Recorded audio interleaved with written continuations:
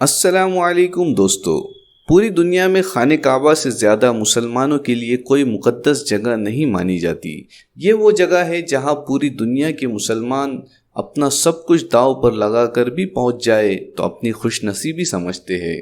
آج ہم اس ویڈیو میں خانہ کعبہ کے بارے میں کچھ باتیں جانیں گے جو انسانی تاریخ کا ایک اہم حصہ ہے اور جو ہر مسلمان کو جاننا بہت ضروری ہے، اس لیے یہ پورا ویڈیو دیکھیں اور ہمارے چینل کو سبسکرائب کریں۔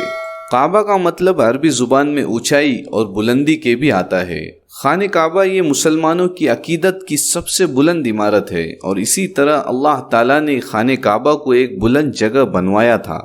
سب سے پہلے خانہ کعبہ کی تعمیر فرشتوں نے کی۔ اس کے بعد جب حضرت آدم علیہ السلام دنیا میں آئے تو اللہ تعالیٰ کی حکم سے حضرت آدم علیہ السلام نے خانہ کعبہ کی تعمیر کی۔ کچھ لوگ یہ سوچتے ہیں کہ سب سے پہلے خانہ کعبہ کی تعمیر حضرت ابراہیم علیہ السلام نے کی۔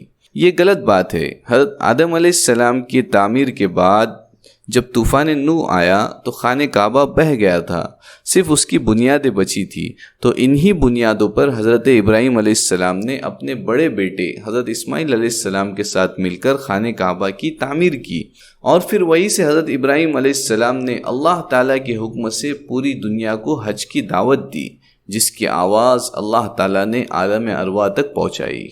پھر پوری دنیا کے لوگ خانہ کعبہ میں حج کرنے کے لیے آنے لگے اور حضرت ابراہیم علیہ السلام کے لائے ہوئے دین پر عمل کرنے لگے۔ پھر قریش میں، جو کہ حضرت ابراہیم علیہ السلام کی اولاد میں سے ہے، ایک شخص پیدا ہوا جس کا نام عمر ابن لوئی تھا۔ یہ شخص ایک مرتبہ تجارت کے لیے یمن گیا۔ وہاں پر اس نے دیکھا کہ لوگ بتوں کی پوجا کر رہے ہیں، تو اس نے وہاں سے ایک بت خرید لایا اور حرم شریف میں رکھ دیا۔ یہاں سے خانہ کعبہ میں بت پرستی کی شروعات ہوئی، یہاں تک کہ فتح مکہ کے وقت کعبہ شریف اور اس کے اطراف میں 360 بت رکھے ہوئے تھے جو رسول اللہ صلی اللہ علیہ وسلم نے توڑ کر پھینک دیے۔ حضرت ابراہیم علیہ السلام کے بعد خانہ کعبہ کی کئی مرتبہ مرمت ہوئی، لیکن اسے پورا شہید کر کے تعمیر کرنے کا کام قریش مکہ نے کیا۔ یہ اس وقت کی بات ہے جب رسول اللہ صلی اللہ علیہ وسلم کی عمر شریف 35 برس کی تھی اور اعلان نبوت میں ابھی 5 سال باقی تھے۔ اس وقت قریش نے فیصلہ کیا کہ قریش کے سبھی لوگ اپنے مال میں سے صرف حلال مال خانہ کعبہ کی تعمیر میں خرچ کریں گے، لیکن تعمیر کرنے کے لیے خانہ کعبہ کو شہید بھی کرنا تھا۔ جب قریش نے خانہ کعبہ کو شہید کرنے کا ارادہ کیا تو اس کی عظمت کی وجہ سے کوئی آگے نہ بڑھ پایا۔ پھر جب انہوں نے کوشش کی تو دیکھا کہ خانہ کعبہ کے اندر اونٹ کی گردن کے برابر ایک اژدھا بیٹھا ہوا ہے۔ اس پر قریش بہت ڈر گئے اور خانہ کعبہ کے خدا کو پکار کر دعا کی کہ یا اللہ، تو جانتا ہے ہمارے دل کو کہ ہم خانہ کعبہ کو از سر نو تعمیر کرنے کے لیے شہید کر رہے ہیں۔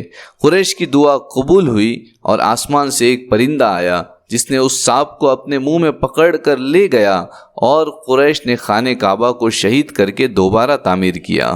حضرت ابراہیم علیہ السلام نے جب خانہ کعبہ کی تعمیر کی تب اس میں 2 دروازے تھے۔ ایک دروازے سے لوگ اندر داخل ہوتے تھے اور دوسرے دروازے سے لوگ باہر نکلتے تھے، اور ہر عام و خاص کو خانہ کعبہ میں داخل ہونے کی اجازت تھی۔ لیکن جب قریش نے تعمیر کیا تو ایک ہی دروازہ بنایا، اور وہ بھی اوپر کہ کوئی داخل نہ ہو سکے۔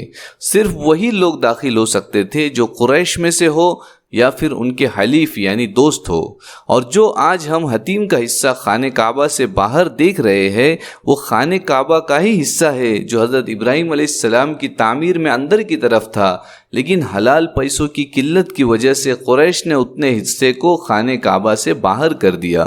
ہجرت کے وقت جب رسول اللہ صلی اللہ علیہ وسلم عثمان بن طلحہ کے پاس گئے اور ان سے کہا کہ مجھے خانہ کعبہ کی چابیاں دے دو صرف کچھ وقت کے لیے، تو عثمان بن طلحہ نے اللہ کے نبی صلی اللہ علیہ وسلم کو چابیاں دینے سے انکار کر دیا۔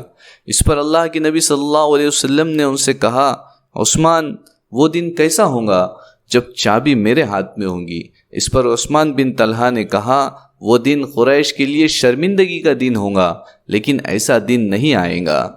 پھر جب 8 ہجری میں مکہ فتح ہوا، اللہ کے نبی صلی اللہ علیہ وسلم خانہ کعبہ کے قریب گئے اور صحابہ سے کہا کہ عثمان بن طلحہ کو چابی کے ساتھ لے آؤ۔ جب عثمان بن طلحہ حاضر ہوئے، اللہ کے نبی صلی اللہ علیہ وسلم نے ان کے ہاتھ سے خانہ کعبہ کی چابی لے لی۔ اس پر صحابہ فکر مند ہو گئے کہ اب یہ چابی کسے ملیں گی۔ ہر کوئی خواہش کر رہا تھا کہ یہ چابیاں ہمیں ملے۔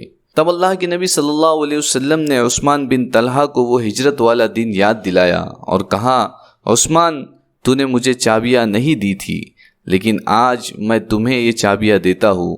اور اللہ کے نبی صلی اللہ علیہ وسلم نے کہا، اب قیامت تک یہ چابیاں تیرے ہی گھرانے میں رہیں گی۔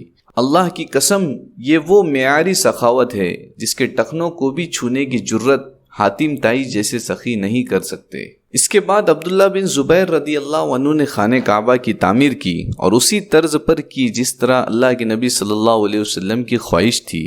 یہ وہ تعمیر تھی جو حضرت ابراہیم علیہ السلام نے کی تھی، جس میں حتیم کا حصہ خانہ کعبہ کے اندر تھا اور اس کے 2 دروازے تھے جو زمین سے لگے ہوئے تھے۔ یہ بات خلافت بنو امیہ کو بالکل پسند نہیں آئی اور ان کے حکم پر حجاج بن یوسف نے شہر مکہ پر حملہ کیا اور خانہ کعبہ کی تعمیر پھر سے اس طرز پر کی جو قریش نے بنایا تھا۔ اس کے بعد خانہ کعبہ کی مرمت کا کام تو چلتا رہا، لیکن از سر نو تعمیر نہیں ہوئی۔ خلافت راشدہ کے بعد خانہ کعبہ کی خدمت بنو امیہ کے پاس رہی، اس کے بعد خلافت بنو عباس کے پاس رہی، پھر اس کے بعد خانہ کعبہ کی خدمت کا موقع سلطنت عثمانیہ کو ملا جو تقریباً پہلی جنگ عظیم تک چلتا رہا۔ پھر ان کے بعد سے آج تک یہ خدمت خاندان آل سعود کے پاس ہے۔ یہ خانہ کعبہ کی مختصر تاریخ ہے جو ہم نے آپ کے سامنے رکھی۔ البتہ علماء اور تاریخ دان اگر اس پر لکھنے کا ارادہ کرے تو ان کی عمریں کم پڑ جائیں گی۔ اگر آپ کو اس ویڈیو سے کچھ سیکھنے کو ملا تو آپ یہ ویڈیو اپنے دوستوں کے ساتھ ضرور شیئر کریں اور ہمارے چینل کو سبسکرائب کریں۔